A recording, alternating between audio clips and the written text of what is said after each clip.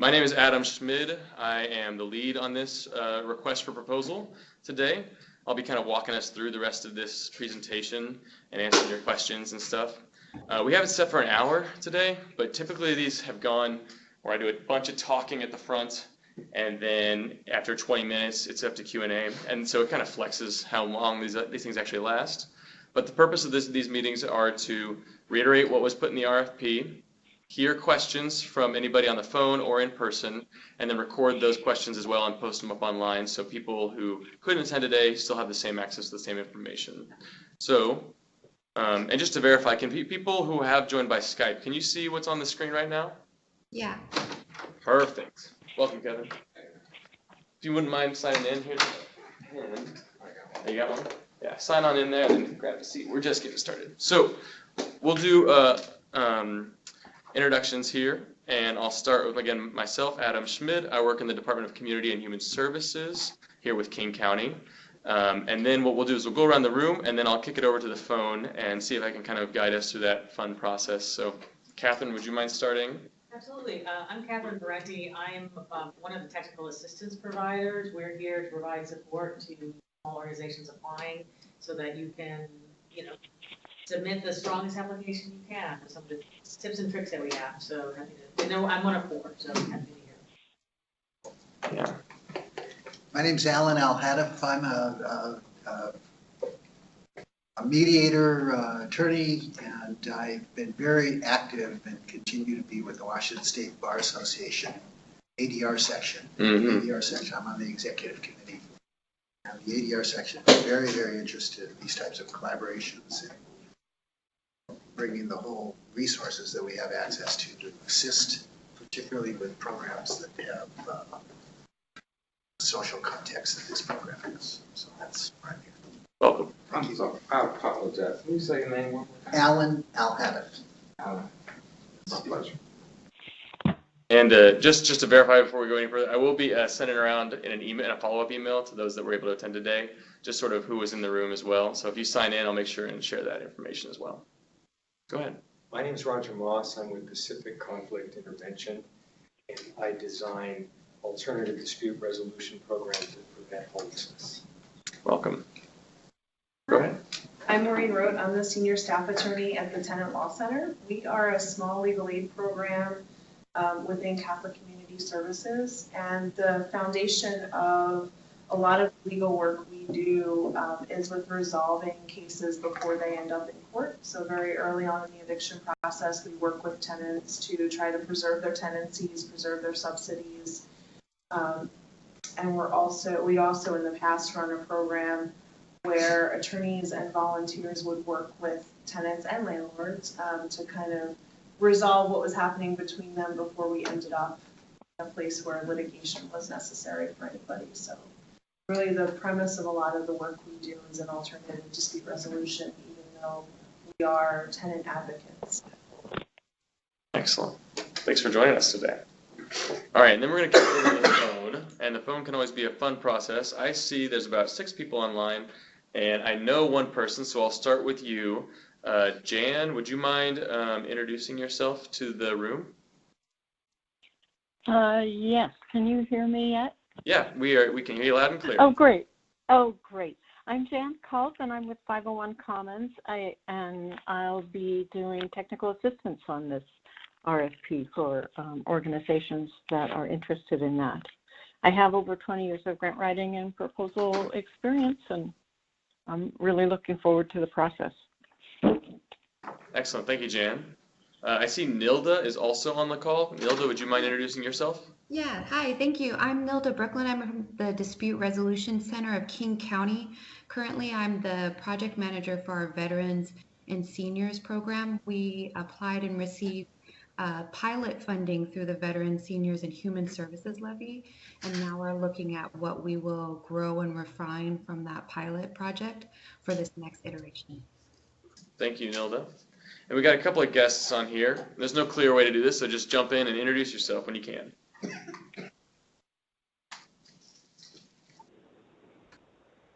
Hi, this is Andrew Post from Solid Ground. I'm a grant writer and work for our tenant counseling program.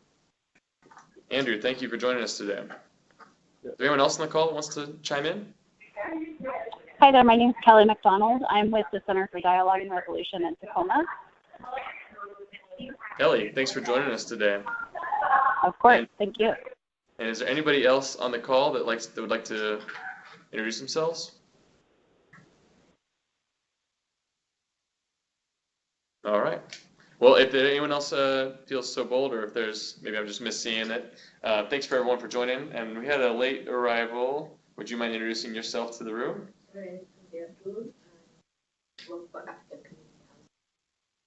Thank you, Hamdi. Welcome. Yes, you may. I forgot. Yes, you spoke up earlier, but I forgot. I knew your name, so go ahead. So my name is Kevin Baker, Baker Consulting, a part of the emerging design team, and we're also technical assistance providers. Absolutely. Thank you, Kevin.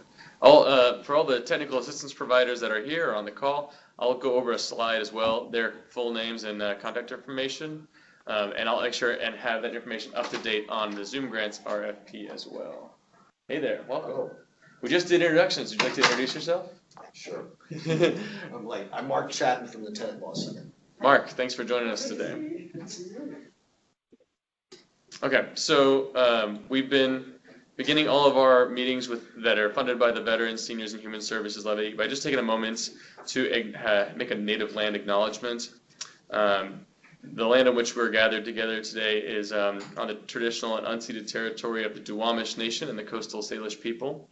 It's just important for us to recognize this before we kind of do any sort of formal government work, due to obviously the history there. And yeah, I think it's really important to take a moment to reflect on that.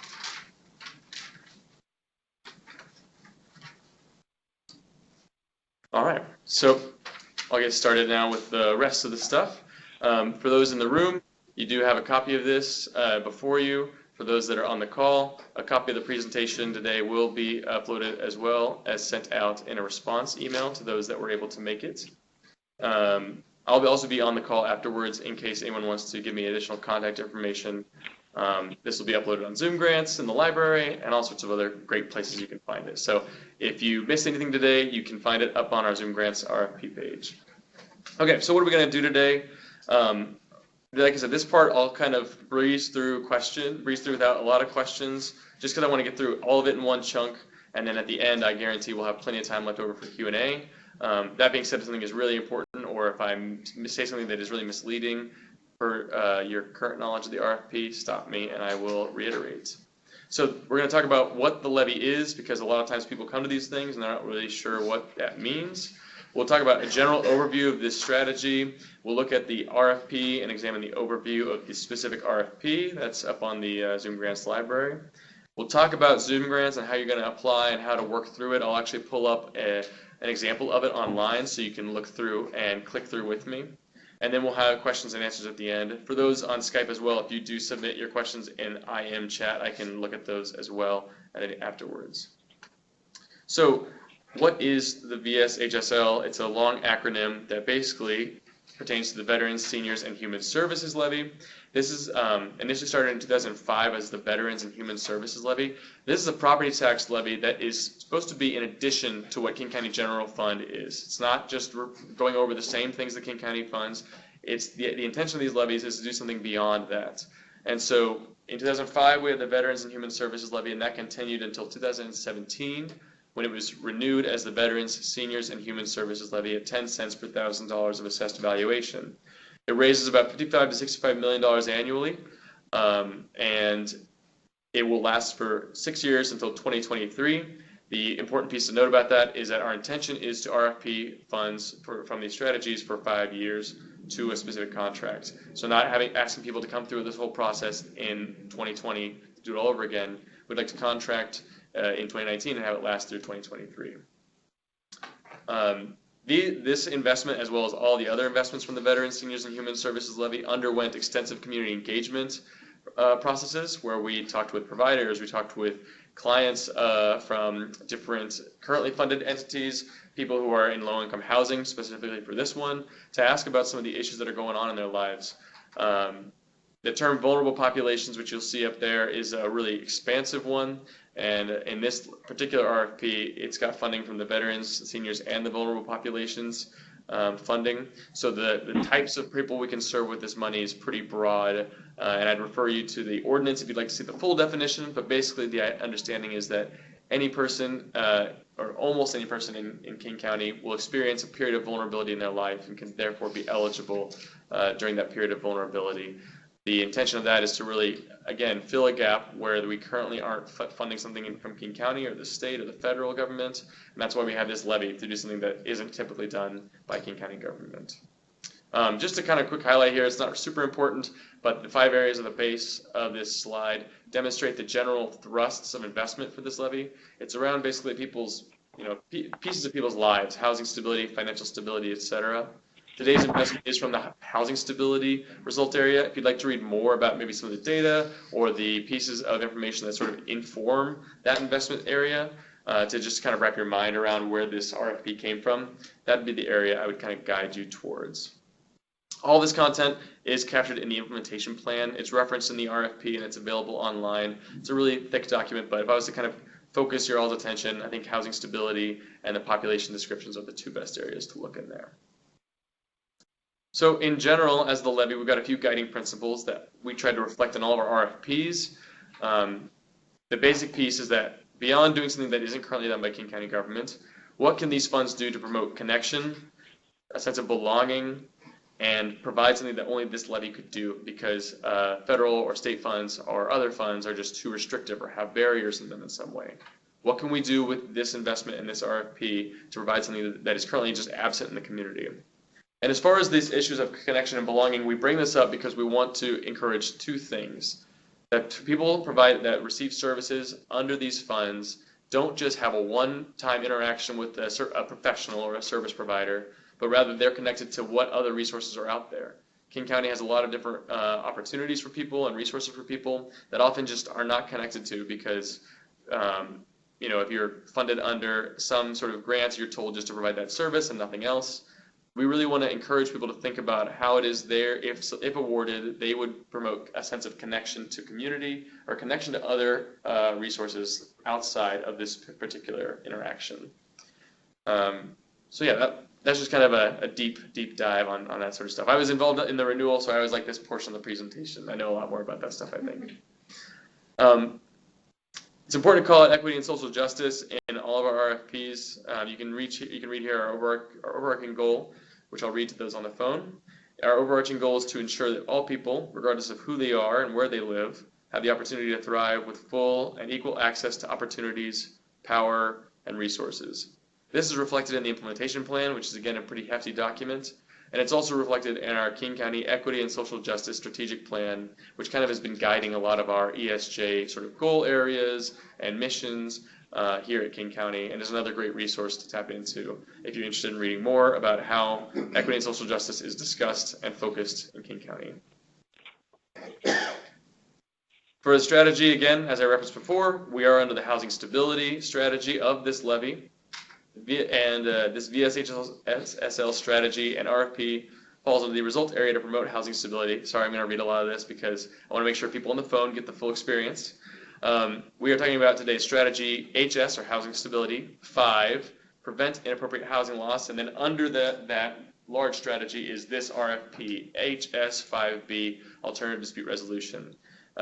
When looking through to understand the full context of this RFP, I call out that prevent inappropriate housing loss because you'll notice in a few places in this RFP we actually are asking and are interested in people who can connect to other funded entities under that large strategy of prevention, right? So not just, again, being funded and doing this great work, but how are you helping people access other resources if maybe they're not in the right place to be able to receive alternative dispute resolution.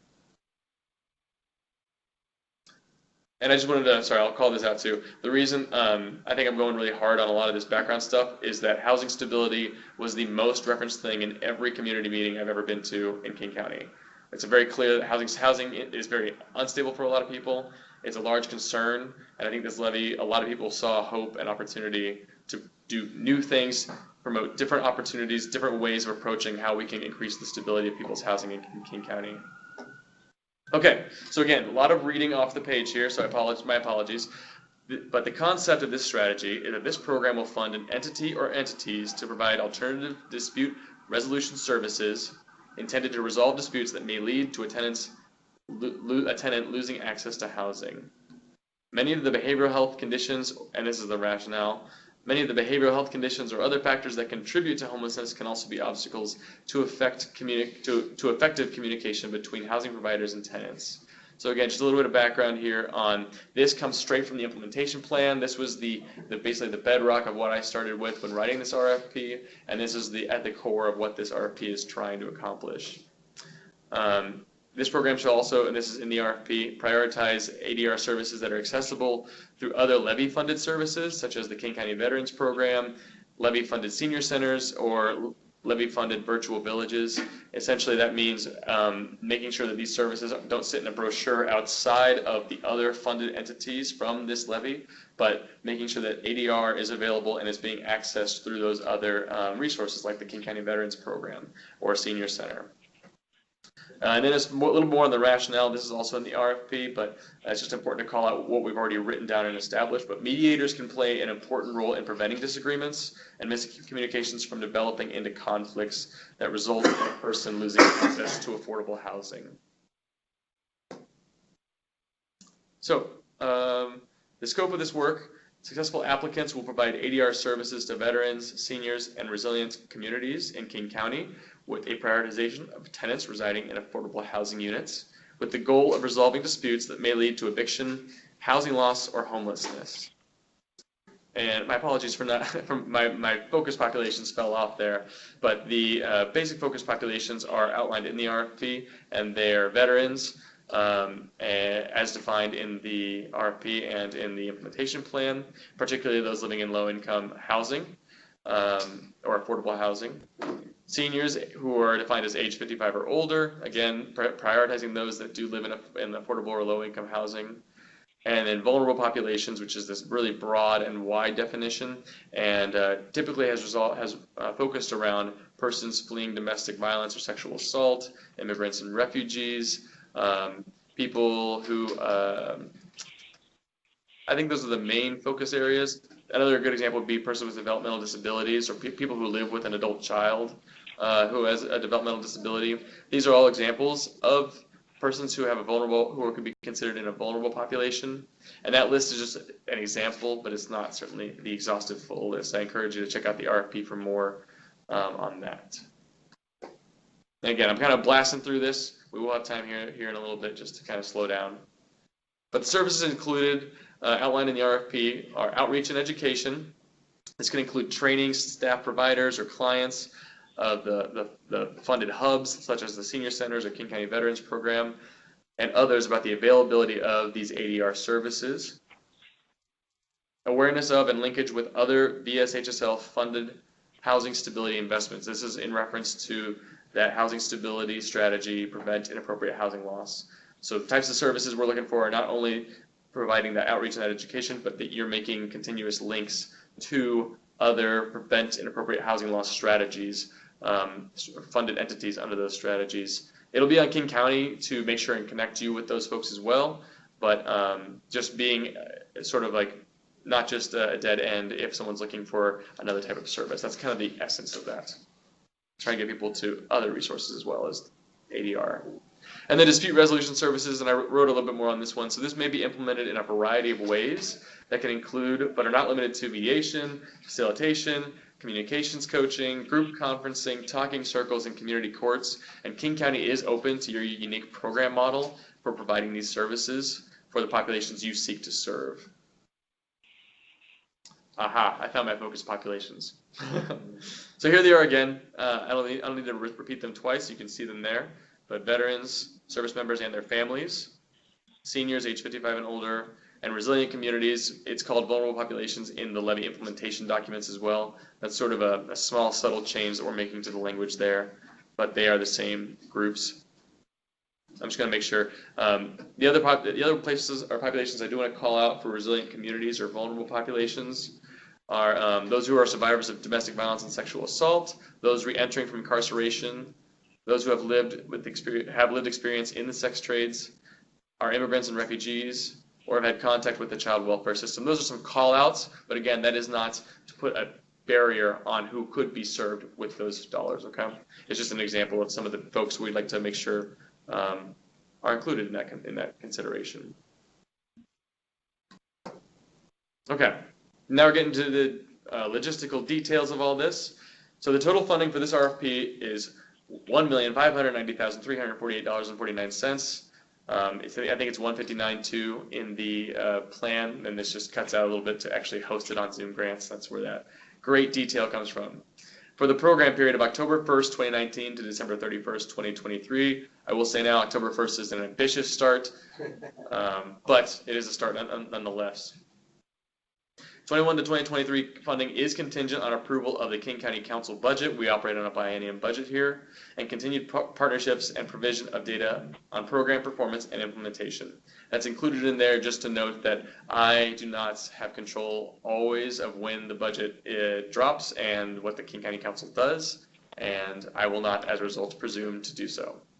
And you can see the funding breakout here for what's funded, how much money is from the veterans, from the seniors, and from the vulnerable populations or resilient communities funds, and then the total in the bottom as well.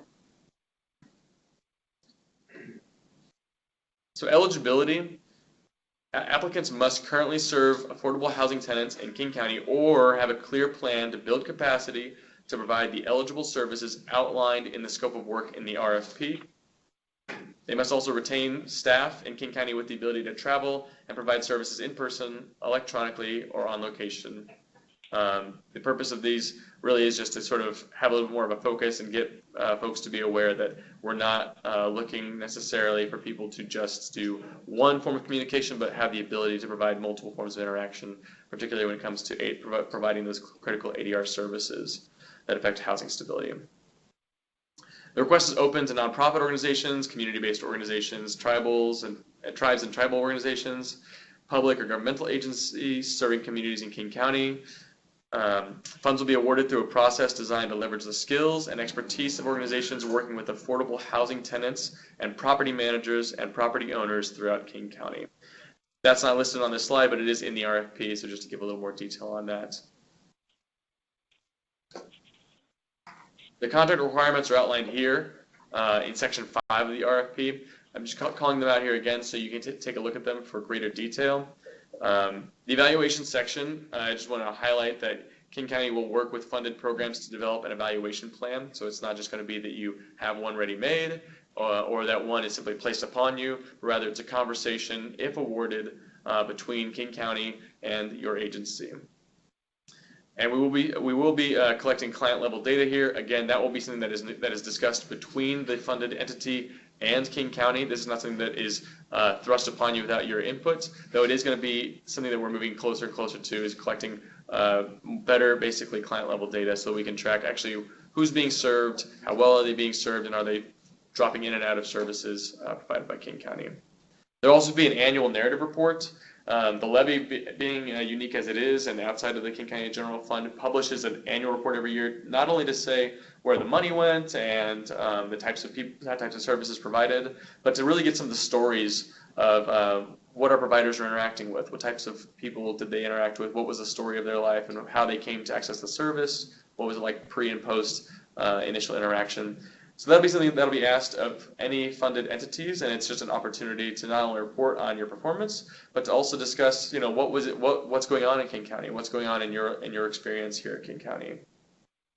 There'll also be participation in a wage survey. That's a relatively new piece, but it's to help us provide kind of a standards to maybe nonprofits who don't have a ton of experience understanding how much is paid for types of services. A standard survey is going to be asked for you to participate in if awarded. But yeah, I encourage you to check out section 5 for more. Okay, we're almost there, gang. All right, the RFP timeline. So July 11th it was released. The bidders conference is today, July 19th. The final day for small organizations to initiate requests for technical assistance, as some of the folks in the room and on the phone have mentioned they are providers of, is August 9th. That is important to note. Do not wait until the day before to reach out. Technical assistance can be pretty broad. They can do a lot of great stuff. They are not just there to spell check you, and they are somebody to be engaged early especially if you are just curious to make sure, am I doing this right? Is this the right kind of thing that they're asking? Does this question make sense? All those types of things. Do not wait. It's better to start the conversation and figure out that you're fine instead of waiting until the last minute. The final day to submit questions to me is August 16th. You'll notice that if you have emailed a question in already, I have been particularly cold. That is not because I am a cold person by nature, but once this RFP is open, I really have to watch what I say and who I say it to, because if I'm giving information to one person, it's an unfair advantage to anyone else interested. So what will likely happen is I'll send back a response when I have included your question in the FAQ document. FAQs will be uploaded pretty regularly on Fridays. Next week I'm going to try and upload one a little earlier in the week to just answer some of all these questions. But I'll likely say, thank you for your question. Check out the FAQ document, attachment, whatever, on the library of the ZoomGrants page, and I'll link you back to the ZoomGrants page. That's just a standard process. Again, it's nothing personal. That's just how it goes. RFP responses are due by 11:59 p.m. on August 23rd, 2019. Reviews will be rated and responses will be rated and reviewed in September, most likely in the first week or two after, or in September. And then interviews, if necessary, will occur somewhere on the 23rd to 27th of September, with notifications happening immediately afterwards into early October, with an anticipated contract start date of October 2019, somewhere in there. I said that October 1st would be ambitious, but we like to be ambitious here. So.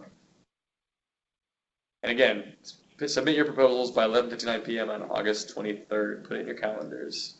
Complete submittals will include responses to the summary questions, responses to narrative questions, and the budget document. I actually think it's not possible for you to submit without uploading a budget document.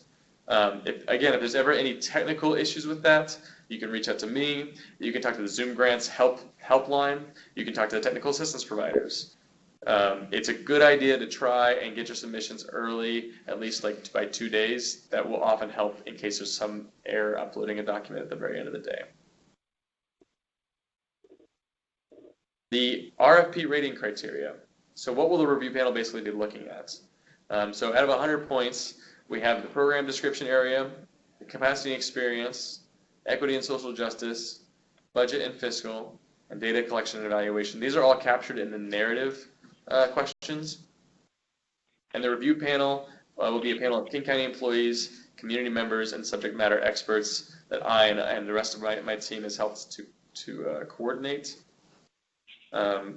There's not a lot extra to say here. It's just to note that also in the RFP, there's a brief description of like what the types of things the review panel will be looking at, aligned with each of those questions. So it's also really helpful generally to pull up the narrative and then pull up that section and look at them together to see, here's what the question asks, here's how it's worded, and here's what the kind of answer that the review panel will be weighing it against will be basically sort of written to. Sometimes those questions can be amorphous or tough to wrap our heads around. So it's a good idea to kind of look at both of those together. So technical assistance. We have made available free application support for small organizations with fewer than 20 FTE, and that is not people, but the equivalent hours related to those, and less than $4 million operating budget in the prior fiscal year. Qualifying organizations should contact the technical assistance consultants directly by August 9th, 2019. For a full list of contact information, see attachment D of the RFP for their phone numbers, email addresses, and names, as well as a brief description. Again, August 9th.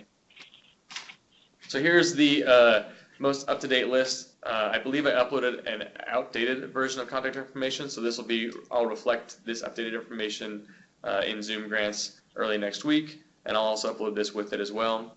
But we have hired 4 consultants, or 4 TA providers, I guess I should say, and they have a brief description up here as well. It's also available in your slides if you have those here in the room. They have each different experiences, and I've met them all personally, and they're excellent professional staff. But they are here to help you in many aspects of the application process. Again, if you are unsure of a question or what it is this is trying to get at or what does this piece mean, you can certainly ask me, but the TA providers have read over this document as well and can possibly help you make it through some of those questions. I haven't been giving them any additional insight into anything in particular on this RFP, but they are an excellent resource. And this comes in direct response from communities that we spoke with of small community-based organizations saying, King County is great, I'm so glad you're doing all this. However, I don't know what the heck this RFP is asking me, and I feel intimidated by this whole process. So these folks really are equipped to understand sort of what I'm looking for, what I'm expecting of the applications, and maybe being able to translate it a little bit better than I have in an RFP format, okay? So make sure and engage with these people if you think you qualify, and if you're at all curious about this, how this whole RFP process will work. So ZoomGrants. All RFP materials are posted on ZoomGrants. We'll check out the library tab here in a second, and I encourage you to check regularly for updates.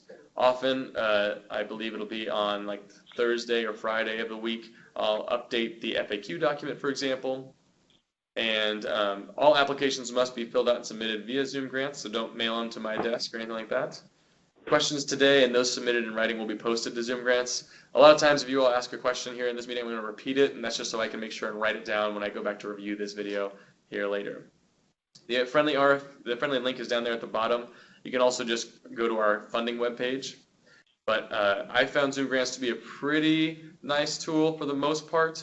It does auto-save a lot of times when you're entering your information, and it's a great idea just to sort of get in and start your application early so you can kind of see where all the pieces are at, so when you do get your answers together, you can plug it in really quickly thereafter. One thing to note on ZoomGrants is that there are word limits for the questions that we've asked. It is a good idea to typically try and copy those questions and paste them in a Word document and write your response there, because then you can see how many words or letters you've actually hit before you drop it into the dialog box in ZoomGrants. If you just start typing in there, it'll just cap your words at the end of the box if you've gone over the limit. So it's just a good idea to make sure and be cognizant of those character limits, because they're pretty firm, and anything written beyond that will be cut off. Okay, so we're going to get to the questions here. You can always send me a question, even if I can't respond. I see it, and I will especially try and incorporate it into the FAQ document and then send you guys back a link. But I do see your questions come through. I do see your contacts, even if I can't inherently respond. The link here I've shared as well has all funding opportunities. The thing we're also trying to do with this levy is not just make you aware of the one RFP you're looking at today, but make you aware of all the funding opportunities, all the RFPs that this levy is funding in 2019, and I believe we'll be going into 2020 with new procurements as well. So check out that link for more information. So I'm going to hit a few questions here that I did receive already. One thing to also just to note about how this works is that I've written all this RFP, but that doesn't make me an expert on all this stuff. So a lot of times I'll have a team that I've been working with, and if a question is particularly tricky, or if I'm just not sure exactly where we stand on an issue, I might give you a really non-response, go back to the team, we'll discuss it together, and then I'll put it formally in the FAQ document. So if you get an unsatisfactory response from me today, it's not me trying to dodge it. I just want to make sure and ask somebody who I think would be better qualified or better able to help me answer a question. So someone asked basically if this will be posted up online, taped and recorded. Yes, it will. That's an easy one.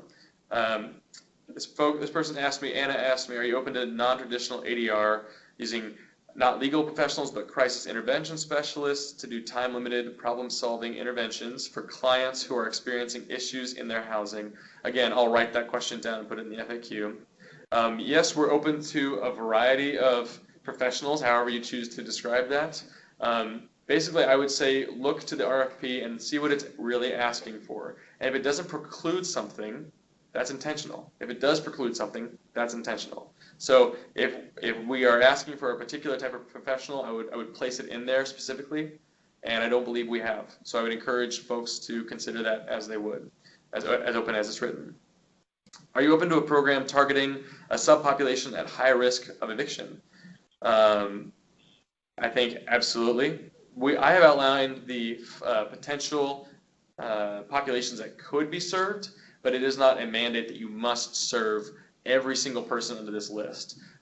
If you have an idea for who you'd like to serve, and you have either experience or a history serving them, or maybe this is an area of growth for your organization, King County is open to that, and we are not going to say that you must serve every single possible person in King County under this definition, but rather we want to hear from you all, given these fairly large boundaries, who do you propose to serve with the dollars available? But the ones that are pretty clear are like if it's using seniors funds, it'd be a person's over 55 and older. What that is beyond that, what type of experience that person's 55 or older has in life, that's very much up to you as the applicants, and we are not going to mandate that it must be of a particular experience beyond that. And so the person asked, does the RFP allow for services that are focused on resolving issues without litigation while clearly being the tenant's legal advocate? This is one I'm actually not quite sure of. It sounds to me like this would be something that we are open to, but I think just because I want to make sure that I understand what the terms of a tenant's legal advocate are, I want to make sure and get back to you all on that. So kind of a non-answer on that one. It'll be posted later in the FAQ documents. Okay. And I believe that's all the written questions I've gotten so far. I'll be sure to go through my email just in case I did miss any of your questions. So that was a ton. What are we wanting to ask or clarify? Go ahead. I think it was like $1.5 million, or the amount of money you're spending over the next 4 or 5 years. Is that's the total amount you want to spend? Is it going to be one grant, or do you anticipate several or up to several grant receivers? Okay, so let me see if I can get this right. So of the 1.5 million, are we anticipating to fund one entity or multiple entities? We have no expectation on that. It really depends on the quality of the applications written. If we have two that the panel feels are just outstanding and totally meet what's being asked, it's likely that we do that. If there's only one solid application that we feel meets what we've asked, we would most likely just fund that one. But there's no like, I don't have a scheme in my head about that beyond it. I kind of feel like the way that you presented, that people were asking for this, like every meeting, the funding allocated, it doesn't make sense to me. Honestly, it's too small. Yes. For the work that we know that needs to be done, and makes me also, and this is not like just the RFP, but the concept of Yes. the whole concept. 1,500,000, will that include, say for example, somebody needs help with, I cannot imagine the solution that they need is $500 to be added to it. Will that money be included or not? That's one question. Okay. Can I answer that one? Sure. Okay, so hold just that second one. So there's two kind of comments that were, or questions that were left here, and the first is that this is not enough money. Absolutely.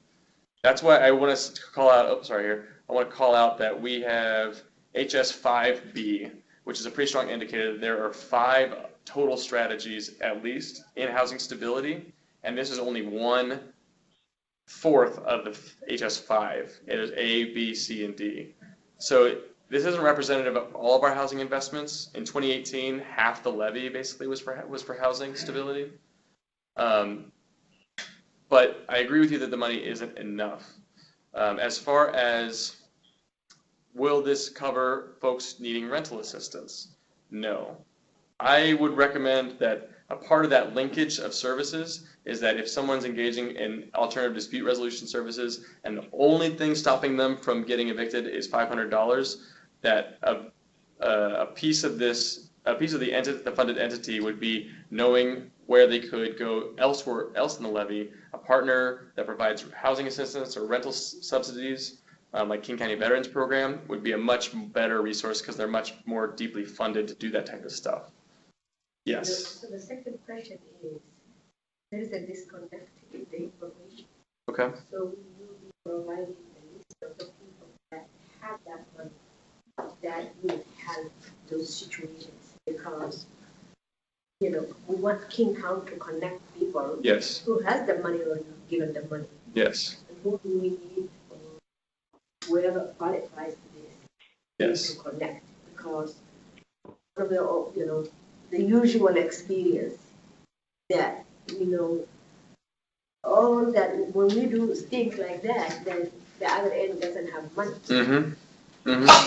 And again, it doesn't make sense that, we're working in silos. Yes. Not knowing what we are doing now, being funded in a way that even the funder doesn't know even how to conduct things. Yes. So let me just repeat the question so I can capture it. Basically, will King County be the ones that's providing this connections, or how is it going to be if I'm an ADR applicant and I'm funded under this particular investment? How do I know where else these resources lie? Who else has been funded to do rental assistance, for example? Yes, it is absolutely on King County's responsibility to help make that connection possible. We do not expect you applying to this RFP to know all the other funded entities in King County. So we're going to do that through a couple of ways. The first is we're going to make sure that we know everyone's contact information and which strategy they're funded under.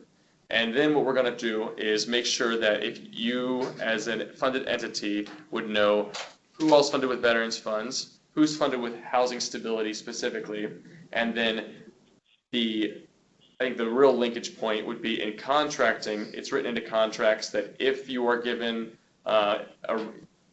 if you are referenced a client, so like let's say an ADR entity sends a client to King County Veterans Program, and so you have one levy-funded entity referencing a client to another levy-funded entity. It's in the contracts of both that they accept or at least consider that client. So in the past, you may have heard like we're all about collaboration and coordination, but what we're trying to do now is write into our contracts that King County will accept and refer across different different entities under the same levy funding, that they'll actually accept the applicant and that they'll work with them in some way. And the big reason because is that if we know that if they're eligible to work with the ADR entity, they're eligible to work with the King County Veterans Program in this example. Or the same if it's a senior to senior sort of reference. I think that's how we're going to try and solve that issue. And then we'll also be doing regular provider meetings to actually just network people together and not have it be a thing where you know an email or a phone number, but you know who that person is that also is funded under the various housing stability strategies. Yes. Now, as we speak, I have so many comments that Yes. come to my office. Yes. And honestly, I don't know if they have that many office. Even the studies that I provide, here work, I don't have that. So can I still have at least that list regardless of this funding? That's why. I think, so the question is basically, can I have access to who's providing these services even if I'm not selected for this RFP? The way in which we're going to get that information out, I'm not quite sure what form it's going to take. It could be like either through our annual reports or it could be through some other sort of dynamic interactive database like our Airtable database. But it's certainly possible that we could totally just give out who's providing the services. I mean, it's all public funding, so absolutely, especially if you're funded under, rental assistance subsidies, I imagine that it's actually a huge value that we spread that as far as we can and let everyone know about who is funding in King County to do that service. So thanks for asking those questions. What other questions do we have in the room before I go to the phone? Catherine, go ahead. How much of it is a hard requirement or a suggested requirement around the focusing on tenants in affordable housing units? How much of a focus is it? Yeah. I wouldn't give it, so the question is how much of like a focus are you asking, or a requirement are you asking for them to be tenants in low income housing or affordable housing units? We haven't set like a percentage, but the basic piece of this, the background really came from, if we are getting people into affordable housing, that's great, but if they're still losing their housing because they're not set up appropriately or a dispute's happening, that they're getting evicted, what's the real value add to that? I don't believe anywhere in the RFP I've written that you have to have served X number or a certain percentage, but it is certainly something that we have asked people to consider in their applications, that they would serve people in low-income housing units. And I think that the tricky piece will be King County will be working with the funded entities to identify not only who are those housing providers and landlords and property owners that we want to really focus on, but the other piece would just be if these services are provided generally to low-income or affordable housing people, regardless of whether or not it's a King County officially stamped one. Those will both be eligible to be served under this funding. I think there is definitely going to be a little bit more of a focus on, what housing, affordable housing units has the levy helped fund, and do those property owners, have they been engaged with an ADR entity or not? That'll certainly be something that I think will be really valuable for King County, but I don't think it's going to be written in such a way to where it's exclusively only levy-funded affordable housing units that we want this serving. Clarifying question. Yes, please, Kevin. Will there be an income guidelines to who has to be served then in that case, like under 30%? I do not believe. So the question is, will there be incomes guiding what is low income or affordable housing? I believe the RFP is silent to that guideline, and it should be interpreted as open from that. Most likely what it'll be will up to the discretion of either the King County funded affordable housing unit, which can vary from 80% down to 0% AMI, as well as I think anybody that the applicant notes as like being considered an affordable or low income housing. So that can be anything from someone with a BASH voucher, SHAG housing, all those types of basically publicly subsidized housing. I think that's kind of the focus is if it's housing that's supported by some sort of public entity or public function rather than it being by a specific income guideline. Yeah, go ahead. Yeah, well, I had a similar question. I just want to reframe it. So with a focus on the resilience community, I mean, put differently, there are extremely vulnerable people who may not necessarily be poor, who will lose their home without help. Yeah. So that's what, and they should be helped. So I wanted to find out if there is a hidden income requirement behind that, but it sounds like there's not. Right. So if I can rephrase the question, or if I can re-say the question, please correct me if I get it wrong. So, you called out resilient communities specifically. Is there a sort of a income cap or guideline there that is not expressed? No. And if they are vulnerable and about to lose their housing, that sounds like somebody who would fit under the resilient communities and housing stability definitions. This is intended to, again, really support, especially if they're especially I'll say in affordable housing, though not exclusively in affordable housing, that person remaining housed rather than saying, sorry, you're not in this income bracket and therefore no. And the reason I'm calling that out too is because I think that's something that the levy can do uniquely. We don't necessarily have income guidelines in our implementation plan. So I'd say if they meet the definition of someone who's a vulnerable population or a senior and they need an ADR would really help them remain in their home, they are absolutely an eligible person under these services. So I've spent a lot of time here in the room. I'm going to go to the phones now. And I got a question here in chat, and then I'll go to people on the phone. So Nilda asked, does that include vulnerable homeowners too? Nilda, would you mind clarifying a little bit what you mean there? Yeah, no, when I looked at the RFP and then today I noticed that tenants is obviously in the language itself, but there wasn't anything that maybe did not, or does it include homeowners as well? I'm particularly thinking about senior homeowners. Yeah. I'm going to double check. So I think I'll give you an uncomfortable or unsatisfying answer right now. I believe that this is really focused on low income affordable housing tenants rather than homeowners, people who are renting. I believe we have another investment, HS5C, that is housing foreclosure and prevention. That would be more appropriate for those types of people. And I believe this one really is more focused on those who are not homeowners. Thank you for that clarification. Thank you. Who else, Nilda or others on the phone, what other questions do you all have? I haven't gotten a ton from you yet, so let's hand it over to you.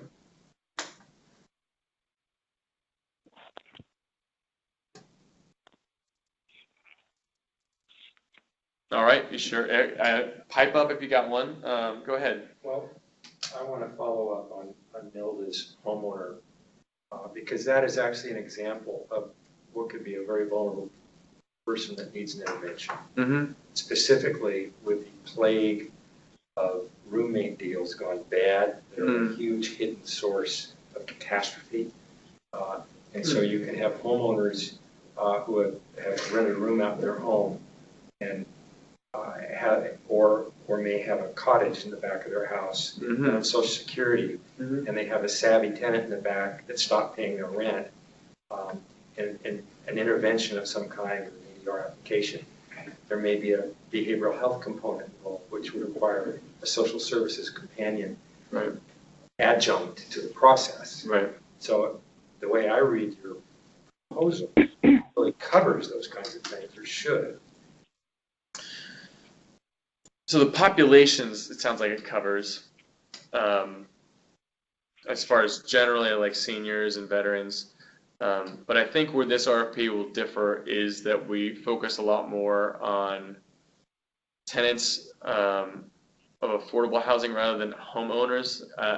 The reason I'm saying that is because we have another investment that I think could achieve what you're discussing, and that's that housing foreclosure and prevention really does focus more on people who are in a home that they do have the ownership over, or they're paying down the mortgage of, and something is occurring and it might jeopardize that ownership.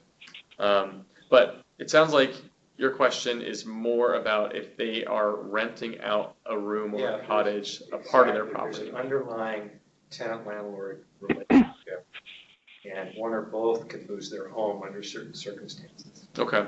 I'll say that I'm going to talk to my team about this one and make sure that I know if it's intended under this sort of RFP or if there's another investment that's more intended for.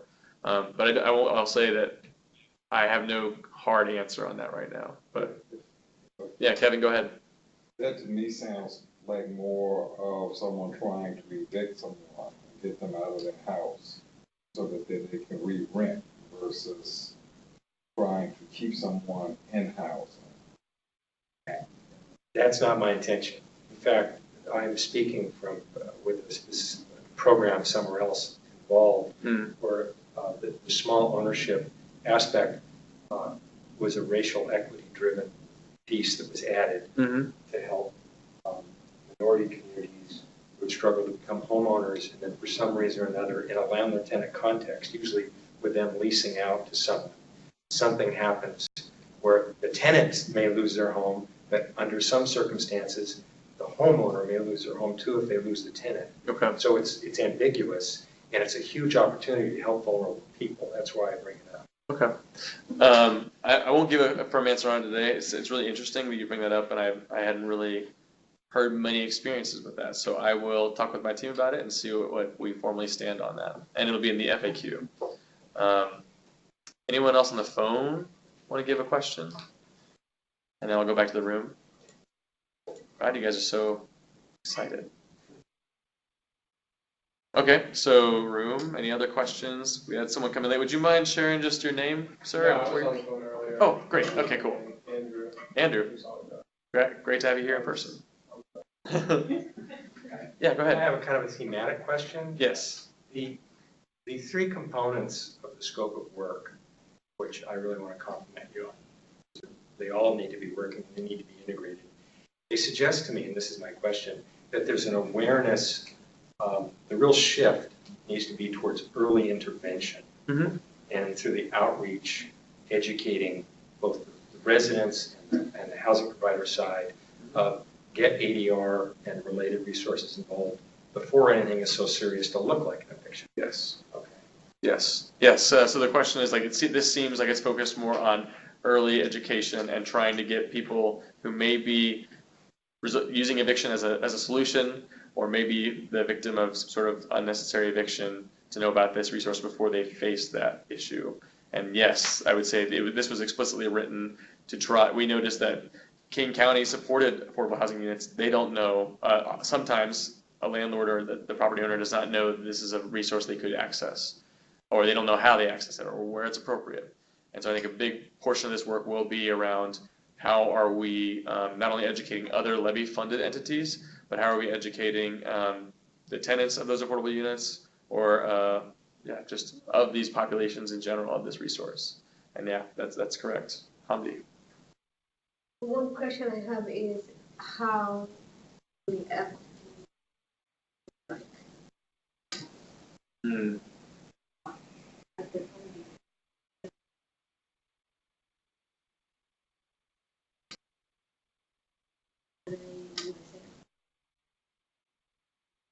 sure if I read that.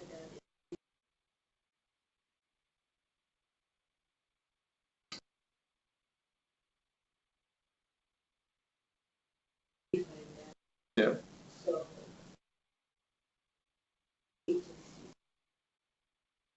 if one agency does not make sense for the community. Yeah. Large, not talking about. Yeah. How we funding distribution, like, how equity look like. Yeah. The distribution level, not like how I'm going to sell. Right. Level. Let's see if I can get what you're kind of driving at here. So the question is, how will this be an equitably funded resource if it's only funding one entity or one agency? Is that? Or three. Or two or three? Yeah. So if it's, so let's see if I can, I think I'm hearing you saying, like, if it's 1.5 million, how will you break it up to the 4 or 5 agencies in an equitable fashion? Is that fair? Is that a fair representation of your question? I can. Okay. You know, usually what we see, equity we see in different, levels. Yes. And the way it comes from is one level, which we are focusing on evaluating that as well. Mm-hmm. Mm-hmm. And after that, the question will be how my agency, this agency, other agencies will be equitable to the community there. Accountable? Are you talking about accountability? Accountable and equitable. Like equitably? Not necessarily accountable only, but I want to use that term, equity. That is my second question, because if the funding comes inequitably from King County, then it will be distributed even in the service in equitable way. That is what we discuss at our community circles. Right.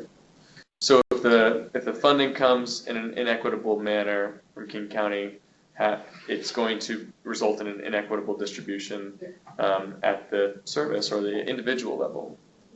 I think that's totally fair. As far I'm struggling to come up with a clear answer for you. I think the best way I can sort of help to answer this is that and just to clarify on the reasons for why we said one agency could be funded and not multiple is that if I only get one applicant in, it's hard for me, or one qualified applicant in, it's hard for me to fund 3 if 2 don't even answer the RFP in the right way. And I'm sort of tied in that way as to what we can fund. As far as the expectation level goes, if you're funded with only a certain amount of money and then asked to serve the world, that's going to be a really big challenge, obviously, and we recognize that. So we're going to make sure and match if we are asking for a certain level of funding to be given to an entity, that they aren't going to be asked an undue burden in response to that. So if you're being given a very small amount of funding, it's King County's priority to not overburden you with the expectations or accountability measures that you meet a super high standard, even if you're given a very small amount, if that makes sense. So a lot of times people would say, I really want to get government grants, or I want to get funded by the King County, but you ask for all these pieces of data that are just so stressful and challenging for me as a small organization that I can't validate or can't explain why I would apply for this funding, because it's going to be so tough for my staff to do this service. And we're aware of that inequity issue. And it is our responsibility to make sure and work out a plan and a contract between the funded entity and King County, so that we are being accountable to the public, but that we're not unduly burdening a small agency who's going to serve a very special population with arduous responsibilities and expectations. I think that might miss what you're kind of asking. So let me see if I can sort of talk with my team about that. Or is there anything else you'd like to say on this that I can help maybe? Yeah, I just want to add,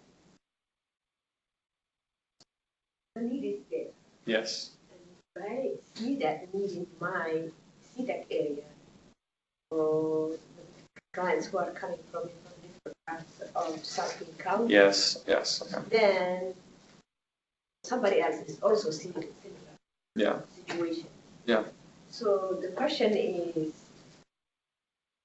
we've been following different fundings and how that distribution, affects the community, not necessarily the veteran, but others, like UK. And we are in that mood of learning always the mistakes of the past and avoiding what has happened in one area not to happen again. Geographically, very important. Okay. Yes.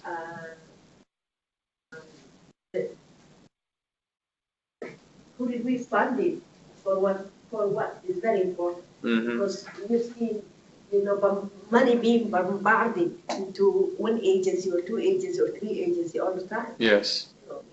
Okay. So how are we going to avoid such situations and learn from mistakes of certain other levies that we have had or experienced? Yeah.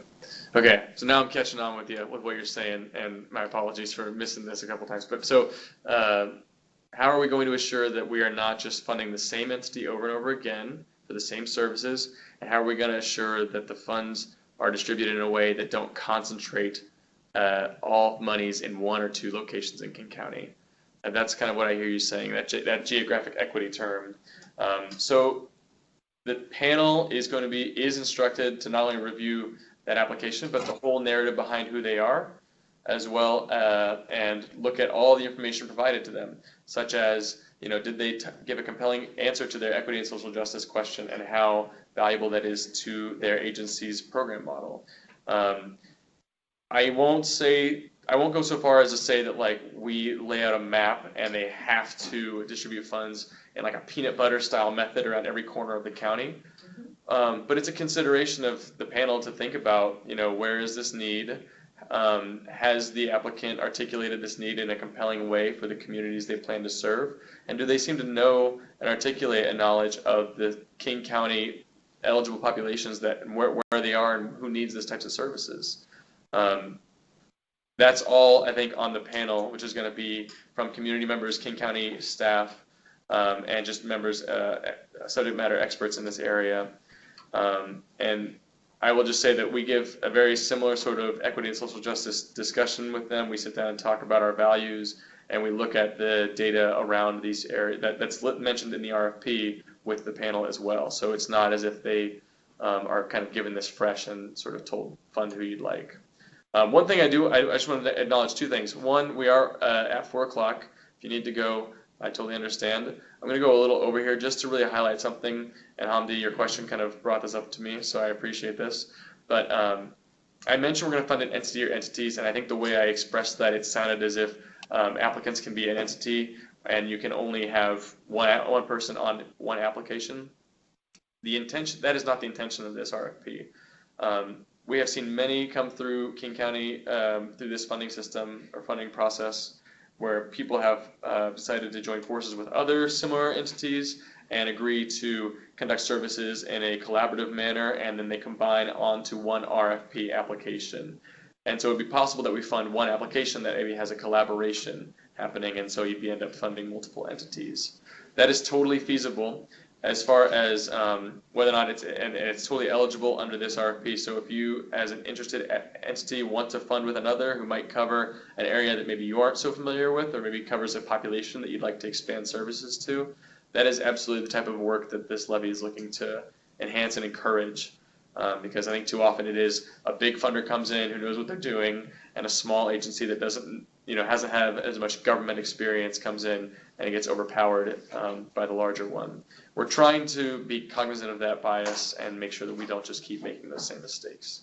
So, and as far as how collaboration can work, I think as well, engage your TA providers and see if they can share with others who are interested in applying together. I'm going to throw that on you guys. But they will also be in communications with other small agencies that might be applying and that might be interested in collaboration. And if given permission, they can certainly connect the two of you or three of you or however many. Any questions around that particular piece? Okay. Real quickly, I'm just going to show you what the Zoom Grants page looks like. Okay, so I'm on the King County General Funding page. And in this tan ribbon, there's this thing that says Open Funding Opportunities. You click on that, it only shows 2 rows. One of them is Alternative Dispute Resolution. And there should be a ZOOMGRANTS link here. This is one way to get to it. You probably have it somewhere else.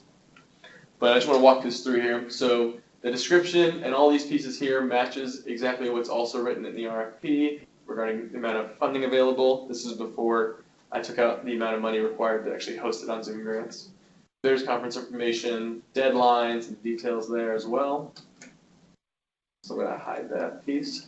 Eligibility is here as well as the application requirements, all the things we outlined today. The place I really want to call your attention to is this thing called the library.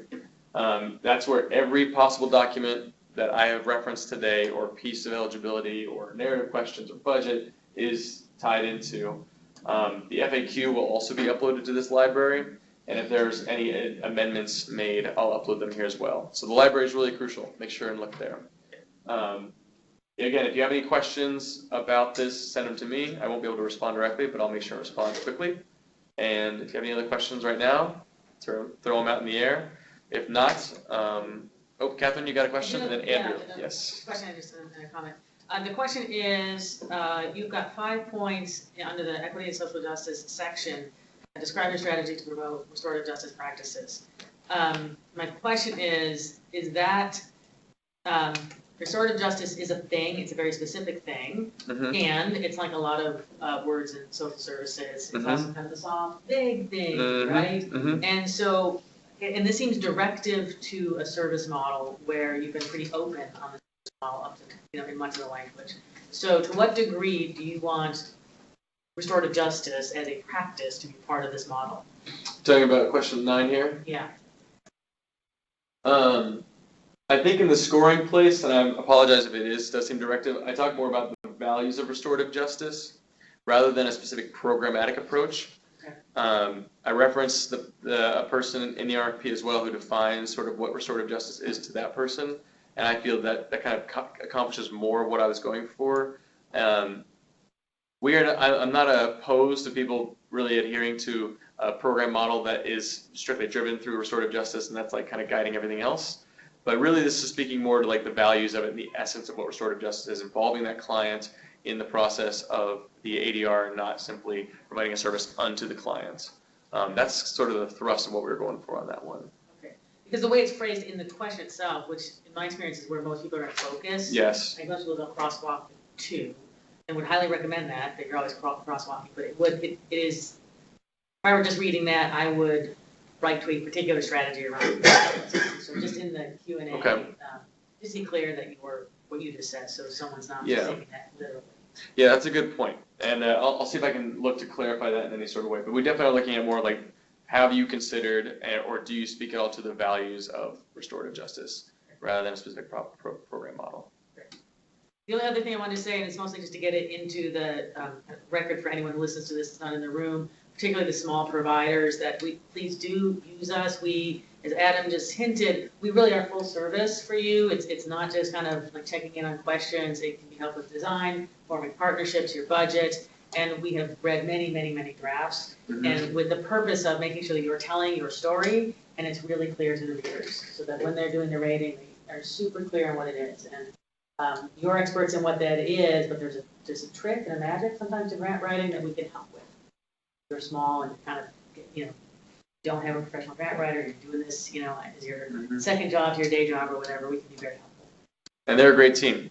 All these folks know each other, and they've gotten to meet, and I've been sort of neglecting you all recently, but it's King County's responsibility to make sure and connect them and make sure that they all talk together as well. And lots of experiences in social services. And you're talking about this, as Catherine mentioned, design and approach and all of that. Yeah, absolutely. And Andrew, did you have a question as well? Yeah, so the 1.5 is until 2023. Do you all have expectations for the scope of the project? Not an expectation. I want applications and applicants to see that funding and give an honest read of what they could do with it. This is not to be giving to the tightest budget or to the one that does the most grandiose but rather something that they just feel is accurate based off what their current experiences are and what they would like to, see themselves accomplish as well. But no, we have not instructed any RFP panel to say how, who does the biggest one or who does the cheapest one in whatever way, or here's what we expect them to be doing. It really is review them on their basis, see what they propose, and then with the funding available, does that make sense or not? So the timeline could be a year's long project, or it could be. Yeah, it's possible that we would fund something that's like so the question was like, could you fund like a year-long project? Or a 4-year project. Yeah. If you request funds for just a certain amount, reviewers will just review you for that amount of funding. So if someone were to put submit an application for just enough money to cover them through 2020, they would review it based on that, and they would not expect to then contract you to 2023. I will say the expectation is that it's whoever we select in this round will be funded through 2023. That is an expectation, but it is not exclusively that. And just to clarify, because on that, it's also broken down in funding amounts per year. Yes. Right. Right. So if you were like, I just would want to do this interesting thing for 2 years, you would just base it off those years as well. And that would not preclude King County from funding other entities for the full 4 year, 5 years. Is there another hand up? I know we're going a little late, so I want to make sure and get them all in now because in person is so much faster than over email. Thank you all. Use your TA providers. Check it out on ZoomGrants. Start your application early. You don't have to submit it. And reach out to me directly if you got any other questions. I'm going to check my Skype one last time just in case. So Nilda asked, do we have access technical assistance directly, or do we need to loop me in? Nilda, you do not need to loop me in at all. Okay. These folks, like I said, are kind of independent of me in many ways. They're funded by King County, but their real job is to read the RFP as you would and just sort of work with you all, sort of say, here's what they're getting at, or here's how they've structured this question, here's how they can suggest help for answering questions, but they won't be writing it directly. So that's the only thing I'd say is connect with them, use their email, use their phone number. That's what they're there for. Thank you for that clarification. Thank you. Yeah, my pleasure, Nilda. Thanks for hanging on this long. And thank you, Jan, as well, for joining us for this long. I'm gonna stop the recording, and that'll stop the questions. If you got any other further ones, please connect with me and the TA providers. I'm going to be turning everything. Thank you.